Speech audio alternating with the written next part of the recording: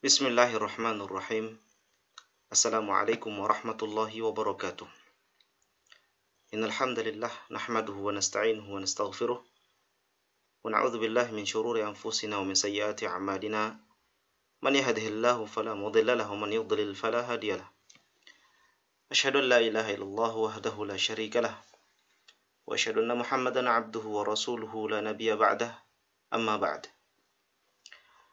Ikhwati fillah rahmani wa rahimakumullah. Pada kesempatan kali ini, insyaallah kita akan melanjutkan pembahasan mengenai awal mula Rasulullah mendapatkan wahyu yang pertama kali dari Allah Subhanahu wa taala melalui perantara Jibril alaihi salam. Qala Syekh rahimahullahu taala Jibrilu wal wahyu. Jibril dan peristiwa wahyu atau ayat-ayat yang pertama kali turun kepada Nabi sallallahu alaihi wasallam, yang menandakan bahwa beliau telah resmi diutus oleh Allah Subhanahu wa taala menjadi seorang nabi. Qala lamma balagha sallallahu alaihi wasallam 40 aman. Jadi ketika Nabi sallallahu alaihi wasallam berumur 40 tahun, ibta'athahu Allah tabaraka wa ta'ala lil alamin basyira wa nadhira. Maka Allah Subhanahu wa taala mengutus beliau menjadi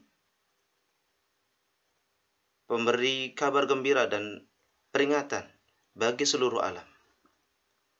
Wa atahu Jibril alaihi salam bil wahyi. Kemudian Jibril mendatangi Nabi sallallahu alaihi wasallam dengan membawa wahyu dari Allah Subhanahu wa taala min rabbil alamin. Bi ghari Hira, yang saat itu beliau sedang berada di Gua Hira. Faqala iqra. Tiba-tiba Jibril alaihi salam datang menghampiri Nabi sallallahu alaihi wasallam yang saat itu memang sedang melakukan khalwat atau peribadatan, bertafakkur, memikirkan tentang siapa pencipta alam semesta.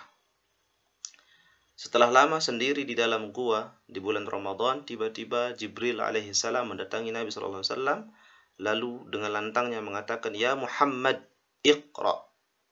Wahai Muhammad. Tentu di situ Rasulullah sallallahu alaihi wasallam kaget, gemetar dengan suara yang mendatangi beliau saat itu.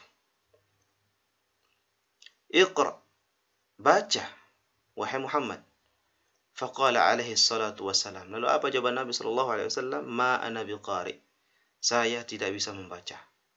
Jadi seperti yang kita ketahui, Nabi Muhammad sallallahu alaihi wasallam ini beliau adalah orang yang tidak bisa baca tulis, atau dalam bahasa Arab disebut dengan ummi.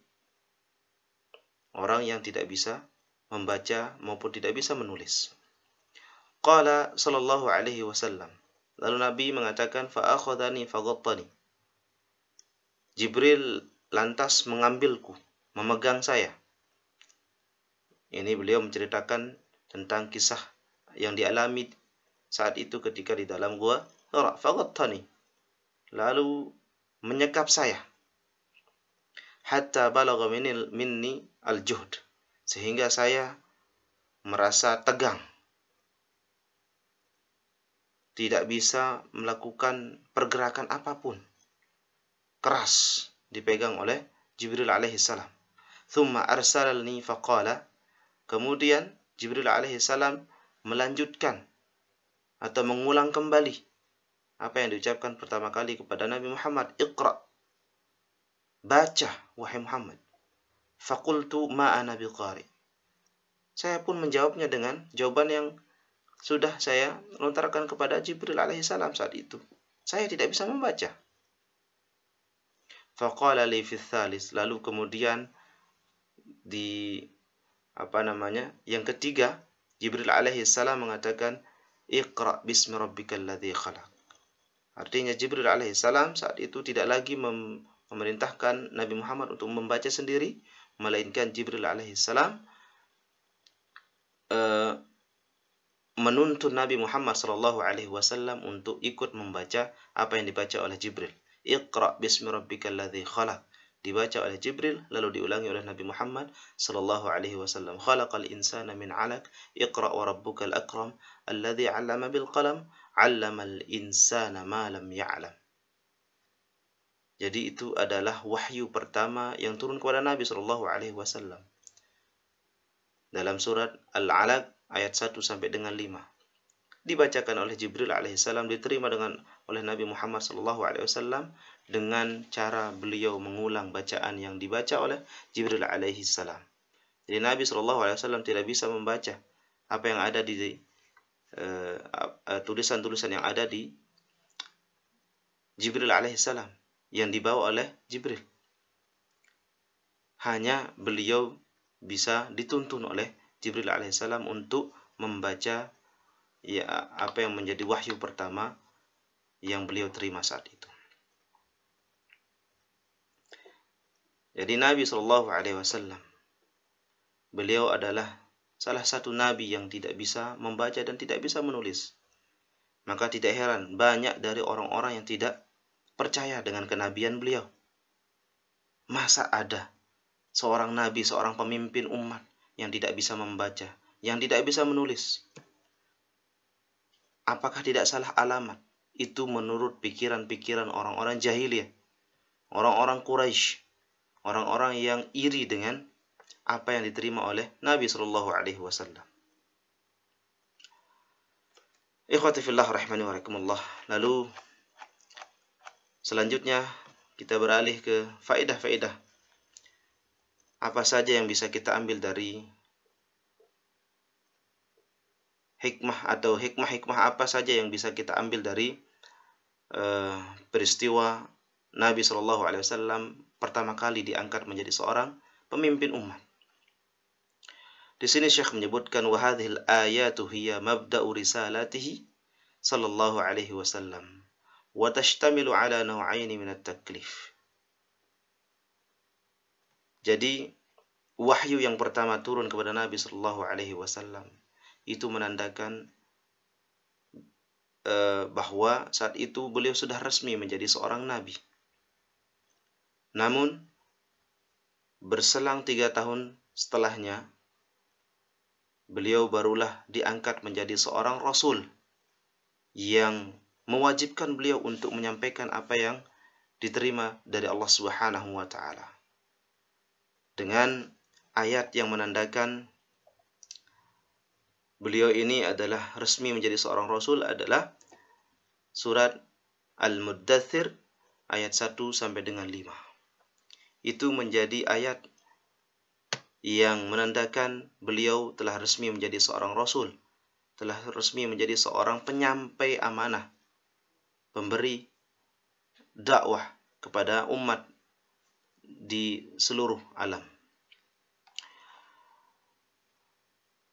Dari ayat tersebut atau wahyu yang kedua yang turun kepada Nabi sallallahu alaihi wasallam, kita bisa menyimpulkan bahwa di sini ada 2 faedah yang bisa kita ambil atau pelajari. Yang pertama, jadi dalam wahyu yang kedua tersebut memiliki 2 macam beban yang harus disampaikan oleh Rasulullah SAW. Tetapi itu bukan sebenarnya beban bagi Rasulullah, tapi lebih kepada amanah. Amanah yang harus disampaikan oleh Rasulullah SAW kepada umatnya. Apa saja amanah yang harus disampaikan oleh Rasulullah SAW? An-naw'ul awal, yang pertama, taklifu sallallahu alaihi wasallam bil balaghi wat tahdhir. Amanah yang pertama yang harus dijalankan oleh Nabi sallallahu alaihi wasallam adalah amanah untuk menyampaikan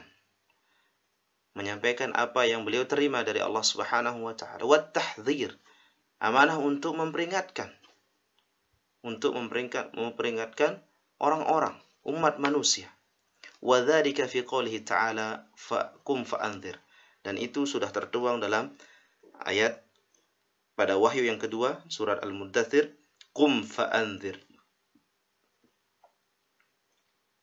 Jadi Nabi yang pertama amanah beliau adalah untuk menyampaikan apa yang beliau terima dari Allah Subhanahu wa taala dan untuk memberikan peringatan bagi umat manusia. An-naw'u tsani, yang kedua, taklifu sallallahu alaihi wasallam bi tatbiqi awamirillah subhanahu wa ta'ala ala dzatih. Yang kedua adalah amanah untuk melaksanakan apa yang menjadi perintah Allah Subhanahu wa taala. Tetapi bukan hanya kepada Nabi sallallahu alaihi wasallam, kepada seluruh umat Nabi Muhammad sallallahu alaihi wasallam. Jadi perintah-perintah yang diperintahkan oleh Allah Subhanahu wa taala harus kita jalani dengan ikhlas. Bukan karena ada keinginan sesuatu, bukan karena ingin dilihat oleh orang-orang, tetapi murni karena ikhlas kepada Allah Subhanahu wa taala. Wa dzalika fi baqiyatil ayat, dan itu tertuang dalam ayat-ayat yang lainnya dalam surat Al-Muddatsir, kaqoulihi wa rabbaka fakabbir, seperti ayat yang menyatakan wa rabbaka fakabbir, dan Tuhanmu maka takbirlah kepada Allah Subhanahu wa taala. Agungkanlah, dan demi Tuhanmu agungkanlah, esakanlah, karena tidak ada Tuhan yang lainnya yang berhak disembah selain Allah Subhanahu wa taala. Wa qoulihi ta'ala wa thiyabaka fatahhir, dan pakaianmu maka sucikanlah. Artinya apa? Ketika kita menyembah atau beribadah kepada Allah Subhanahu wa taala, maka gunakanlah pakaian yang suci, yang bersih, karena kita akan menghadap Sang Pencipta alam. Ikhwati fillah rahmani wa rahimakumullah, maka itulah menjadi akhir pembahasan kita pada kali ini. Semoga kita bisa mengambil manfaat dan faedah maupun hikmah dari apa yang kita sampaikan pada kesempatan kali ini. Hadza wallahu ta'ala a'la wa a'lam. Subhanakallahumma wa bihamdika asyhadu an la ilaha illa anta astaghfiruka wa atubu ilaik. Assalamu alaikum warahmatullahi wabarakatuh.